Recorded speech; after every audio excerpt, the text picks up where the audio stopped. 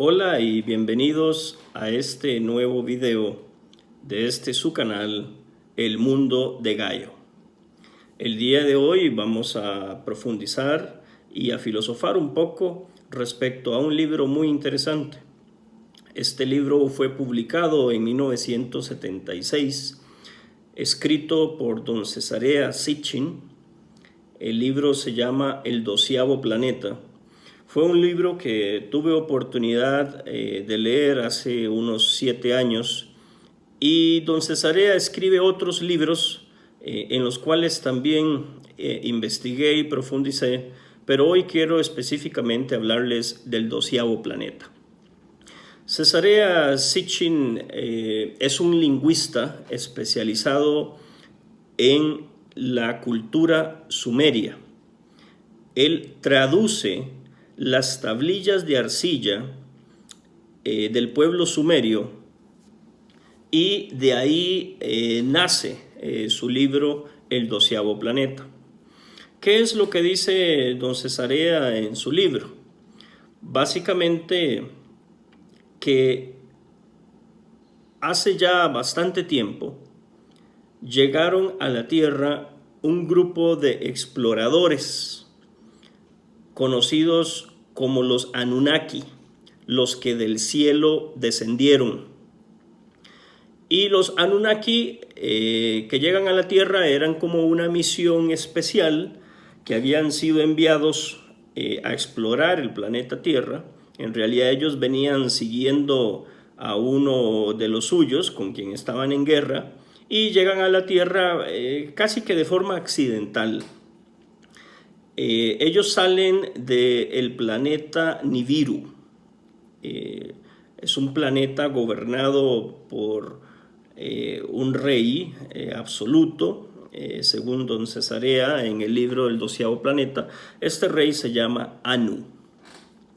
Cuando los Anunnaki llegan a la Tierra, descubren que la Tierra es rica en oro, y ellos precisamente necesitaban oro para mantener el balance de la atmósfera de su planeta Nibiru. Y entonces, entre otras cosas, empiezan a extraer oro de la tierra. Como se les dificultaba mucho la extracción del oro, entonces se les ocurre manipular genéticamente a un homínido africano.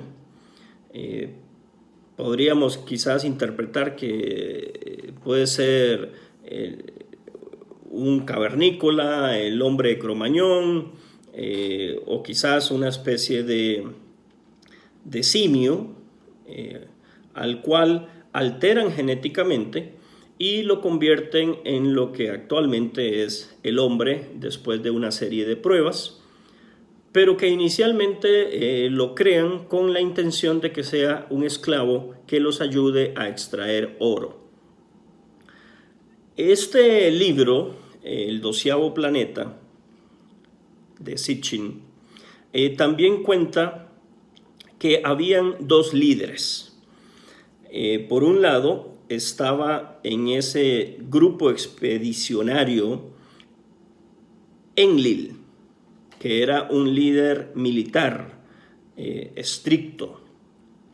Y por otro lado estaba otro líder de un carácter más científico, que era Enki. Para que estemos claros, estos seres que llegan a la Tierra, según el libro de Sitchin, no eran humanos. Eran más de un carácter reptil, o de apariencia reptil, por decirlo de alguna forma. Sitchin dice en su libro que estos dos hermanos, que eran los líderes de la misión, constantemente estaban peleando y discutiendo, y peleándose el poder, porque Enki era el hermano mayor, pero era hijo de la concubina de Anu. Y en el caso de Enlil, era hijo directo de la esposa oficial de Anu. Entonces siempre había un conflicto entre ellos por definir quién era realmente el heredero al trono y en quién debía radicar el poder. Se dice que la cultura sumeria, o de hecho el pueblo sumerio, fue el primer pueblo que habitó el planeta Tierra. Se instalaron en la zona de Mesopotamia, entre el río Tigris y Éufrates.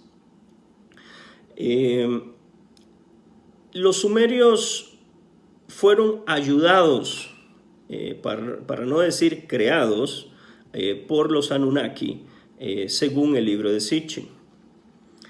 Y luego empiezan a reproducirse y de esta manera empieza a crecer pues la humanidad, y de los sumerios salen todo el resto de culturas, los egipcios, que copian muchísimo las culturas religiosas y tradiciones de los sumerios, luego los israelitas, que salen también de haber convivido con los egipcios, copian también estas culturas y estas tradiciones de los egipcios, que ya eran una copia de los sumerios. Luego vienen los griegos, etcétera, etcétera. Entonces, el libro de Sitchin invita a pensar que la mayoría de culturas y religiones alrededor del mundo, indiferentemente de la que fuese, todos o todas tienen su raíz en la cultura sumeria. Básicamente, estos seres que llegaron a la tierra y que empezaron a extraer oro y que crean al hombre como esclavo para sustraer oro, les gusta el poder, les gusta sentirse servidos, y automáticamente se convierten en los dioses de estos seres humanos que iban creciendo en cantidad. Luego se produce una serie de conflictos entre ellos mismos, y cada uno agarra un grupito de humanos y se convierte automáticamente en el dios de ese grupito. Y bueno, colorín colorado, al día de hoy es lo que, según el libro de Sitchin, o lo que invita el libro de Sitchin a pensar y creer, es que cada una de las culturas y eventualmente cada uno de los países pues tiene su propio Dios a quien se sirve y adora. Recordemos que cada uno de estos dioses solicitó o pidió a sus súbditos en su momento que se le construyeran templos, que se les sirvieran, que se les adoraran. Luego eventualmente estos grupos entran en conflicto entre ellos, y algunos de ellos eran pues ayudados por sus dioses, ¿verdad? También es interesante ver que en las diferentes religiones hay siempre un común denominador entre todas ellas. En el caso de la creencia hebrea, israelita, que viene a ser hoy en día la creencia judeo-cristiana, se dice que el dios de ellos era precisamente Enlil. Y como Enki era su hermano con el que siempre estaba discutiendo y peleando por poder, pues automáticamente lo convierten en Satanás. Así que el relato interesante que encontramos en el libro de Cesárea Sitchin, el 12º planeta, nos invita a reflexionar en si las culturas y las creencias religiosas todas tienen una misma raíz en la cultura sumeria. Ahora, las tablillas sumerias no solamente han sido traducidas por una persona, no solamente por Cesárea Sitchin, sino que las tablillas sumerias han sido traducidas e interpretadas hoy en día por un sinnúmero de especialistas, lingüistas, y pareciera que algunos de ellos no están tan de acuerdo con lo que Cesárea Sitchin dice que se dice en las tablillas sumerias. Me gusta mucho, por ejemplo, las interpretaciones que hace Anton Parks, las investigaciones que hace, por ejemplo, David Parceriza, un investigador español, sobre las tablillas sumerias. Y cuando prestas atención a otras traducciones, te das cuenta de que casi que todos ellos dicen lo mismo, pero es diferente a lo que dijo Cesarea Sitchin. Sin embargo, hay algunas cosas básicas que sí se repiten, y es que sí llegaron seres extraterrestres a la Tierra, sí alteraron genéticamente a otro ser y lo convierten en esclavo, y sí vienen eventualmente a convertirse en sus dioses, y estos seres esclavos les adoraban, les servían, inclusive les hacían sacrificios, hasta les daban de comer, etc. Cuando Estados Unidos invade Irak, sustrae gran parte de la información que había en museos, en lugares históricos, incluyendo algunas tablillas sumerias.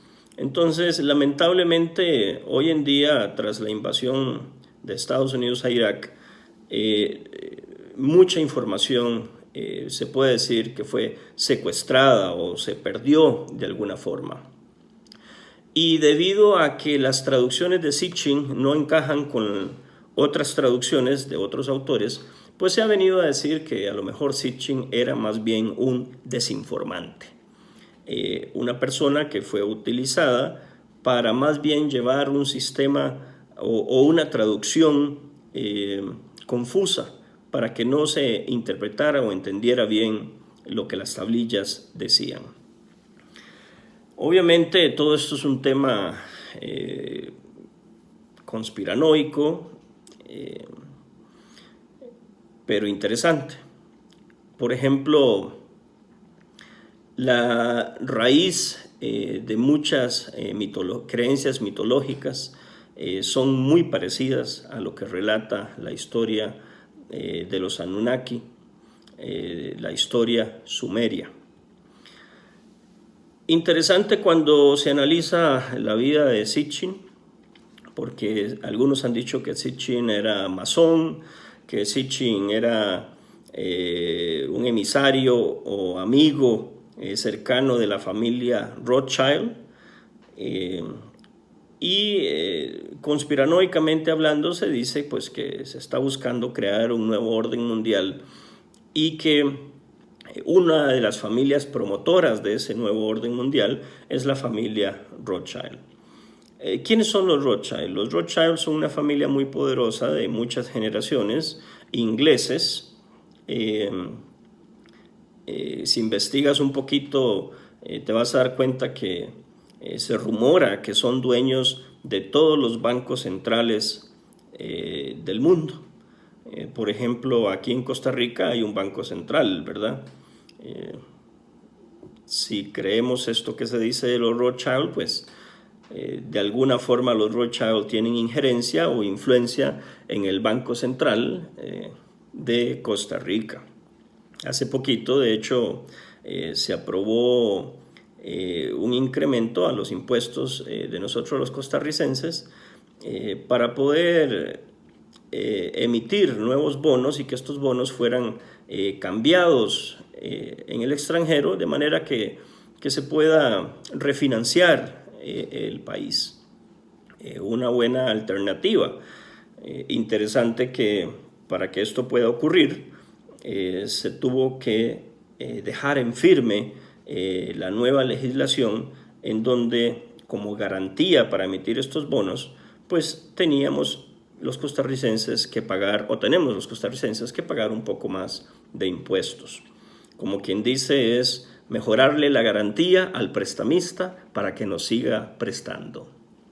Pero esto es solo un pequeño paréntesis para que tengamos una idea del poderío que puede tener una familia tan poderosa como los Rothschild alrededor del mundo, y dependiendo de los intereses que se puedan tener, conspiranoicamente hablando, pues no sería una locura pensar que a lo mejor Sitchin tenía algún tipo de influencia de parte de esta familia cuando relata lo que supuestamente dicen las tablillas sumerias. Quisiera cerrar este video diciendo que, por un lado, el líder de los Anunnaki, llamado Enlil, se dice podría ser el Dios Jehová para los hebreos, y Enki, el opositor, la contraparte, ¿verdad? Interesantísimo que en el libro de Zecharia Sitchin, el 12º planeta, se da a entender que cuando se está manipulando genéticamente al homínido, al esclavo que se iba a crear, el opositor de Enlil, Enki, agregó un gen en particular al ADN del actual humano, un gen divino, un gen que en algún momento le ayudaría a despertar y a volverse consciente de la esclavitud en la cual se encuentra. De ser así, y quizás por rebeldía de parte de Enki hacia Enlil, en algún momento la humanidad reconocería que es esclava y que se puede liberar si confía en esa chispa divina que tiene dentro de sí. Muchísimas gracias. Que pasen un buen día.